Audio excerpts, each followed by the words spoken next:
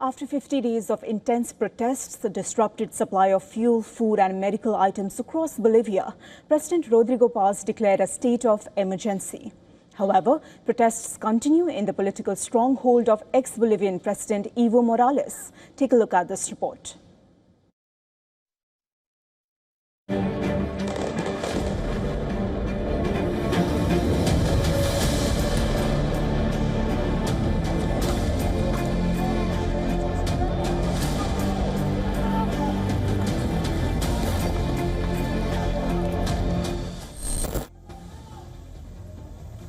Since early May, Bolivia has been rocked by huge anti-government protests.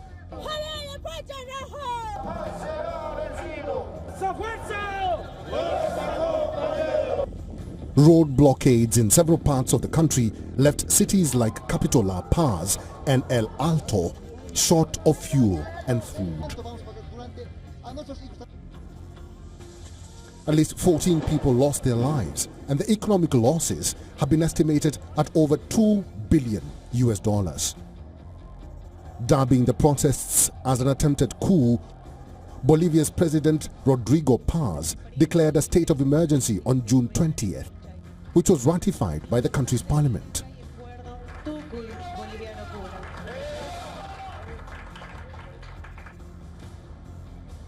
It was aimed at restoring transit and supply of essential goods. The military has now been deployed to clear blockades and prohibit people from blocking roads and highways. But clashes between military forces and demonstrators broke out on the highway connecting Cochabamba to the center of Bolivia.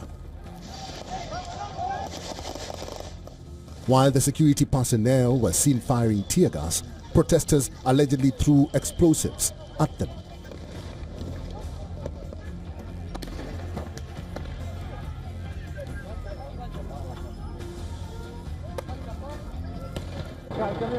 They, roadblockers, threw stones at me and tossed dynamite into my truck. And last night they threatened to burn my truck again. So last night we had to sleep in fear.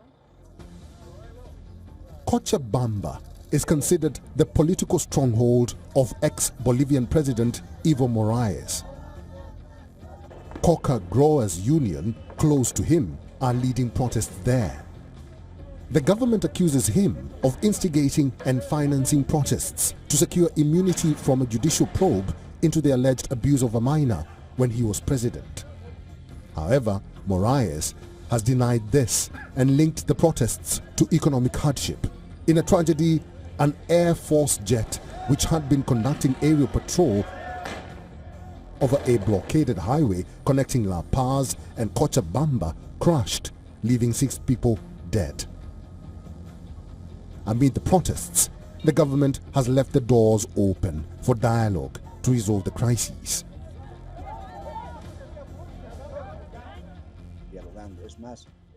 The doors are open to continue dialogue. Moreover, this decree provides the possibility of continuing dialogue with the groups that want to resist. But today, the Constitution has already mandated that we must safeguard and guarantee Bolivians' freedom of movement.